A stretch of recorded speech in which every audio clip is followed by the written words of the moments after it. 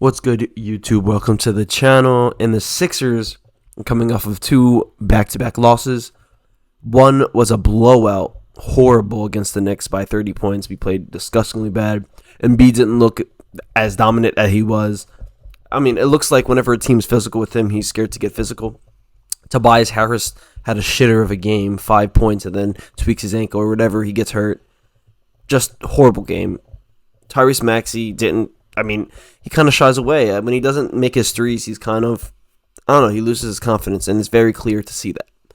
But, the next game, I feel like that's an overall just team loss, right? We played disgustingly bad on defense. They literally, could not guard the three. There was just open threes all around the fucking court. Tobias Harris is one of those prime examples of defensive basketball IQ. He has low defensive IQ. He cannot help people. He doesn't know how to help. He doesn't know how to hedge. He hedges too much, and then there's a guy wide open. Bro, just play good defense, man. Nick Nurse got to coach these guys up, because after what I saw against the Knicks, it was so hard to watch. I could not watch the fourth quarter. There's no point. There's no point of watching it. But games like this really does hinder Embiid, and it makes him look less of a dominant player, with games like this, getting blown out by 30 points. Tobias Harris, 5 points. His team needs to step up. It can't just be Maxey and Embiid. Whenever Maxey and Embiid aren't having a great game, we need that third star. Tobias Harris is supposed to be that third guy with 5 points. That cannot happen. That cannot happen. Kelly Oubre is better than Tobias Harris at this point. And I feel like all of us knows that, right? Is that a crazy thing to say? Kelly Oubre is better than Tobias Harris? I don't think that's crazy. I think that's very true. It's truthful. Tobias Harris is not better than Kelly Oubre. I can't name one thing Tobias Harris is better than Kelly Oubre at. What is he better at? Nothing. He's not even a better shooter. Tobias Harris can't hit any threes anymore. We got to trade Tobias, bro. I feel like that's, our third star can't be dropping 5 points. You can't. In the playoffs, that can't happen. That can't. But, yeah, I don't really want to talk about Tobias, because Tobias is just, it's annoying to talk about, because every year we wanted to trade this guy. Every year he does this. Every year. He's consistently of being inconsistent. That's literally him. He's consistently inconsistent. He's consistently one of the Sixers' top trade pieces, and we just never trade him, and now it's his last year. This is the only time we can trade him, and trust me, we better not re-sign this man. But trade him, please. Trade him to the Pistons. Pistons are barely winning. Just give him to the Pistons. We'll take some role players, honestly. I'll take that. I'll take that over Tobias. Give me some Piston losers role players over Tobias. The one thing I liked about the Knicks game was that Jaden Springer was getting some minutes. But there's another thing that I disliked from it. Because why is Jaden Springer all of a sudden getting so many minutes against the teams that are very, very contending with us? Not contending, sorry, that's a bad way of framing it. A team that is very good compared to the Pistons, compared to the Wizards that we were playing. Why wasn't Jaden Springer playing those games? But we decided to, let's throw him in against the Knicks, where we're getting shitted on. It doesn't make sense. That doesn't make sense, Nick Nurse. Against the Pistons, Jaden Springer should be starting. There's no reason why Jaden Springer cannot be playing against the Pistons, but he's playing all these minutes against the Knicks, and we're struggling as a team. That doesn't make sense. But, I think it's good experience for Springer. I just want Springer on the court. He needs experiences. He still looks a little lost offensively, and that comes with experience in the NBA. Because the NBA is different than practice, right? In the live game, it's different than bowling out in practice, or even in the G League. So, yeah, he needs this experience, which is nice, But Nick Nurse, just be consistent with it, because there's no point of him. It makes sense because D'Anthony Melton was hurt, but even when other games where D'Anthony Melton was hurt, I still didn't see Jaden Springer in. I'm trying to recall this, but I'm pretty sure I've complained about it throughout the season of him not getting his minutes. So, yeah, as long as this keeps going, I feel like this. I'll be happy about Jaden Springer minutes. He brings a lot. Whenever he checks in the game, he just makes a play right away. He gets some offensive rebounds. He gets a block. He gets a steal. He clamps down, and that's what we need. Perimeter defense as well. It's just 3-point defense. That's our problem right now. If you play the Celtics, we're cooked. Celtics are going to shoot 23s a game, or not 20. They're going to shoot 53s a game probably. So if we want to beat the Celtics, we got to get our 3-point defensive ratings up. we can't get cooked by the Knicks. The Knicks don't have any 3-point shooters like that compared to the Celtics. So, yeah, we just got to work on a perimeter defense. We haven't beaten the paint, right?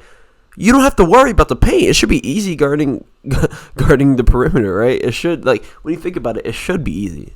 Because we haven't beaten the paint. It should be easy to guard a perimeter. But we have guys like Tobias Harris that can't even guard Julius Randle perimeterally. It doesn't make sense. Julius Randle should not be quicker than Tobias Harris. Look at Julius Randle's body. How is he quicker than Tobias Harris? It does not make sense. Tobias Harris, there's no point of having him on the team. He's not good at anything. He's not very good at any particular thing. And by the way, my most viewed video is still the Mo Bamba is our secret weapon. Disregard that video, please. That was my worst take I've ever made in my life.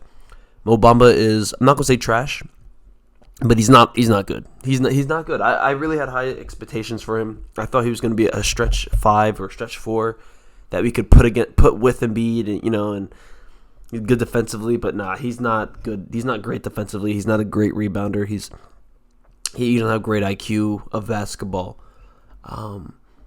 He's a good screen setter. That's all I can really give him, and he can finish dunk wise.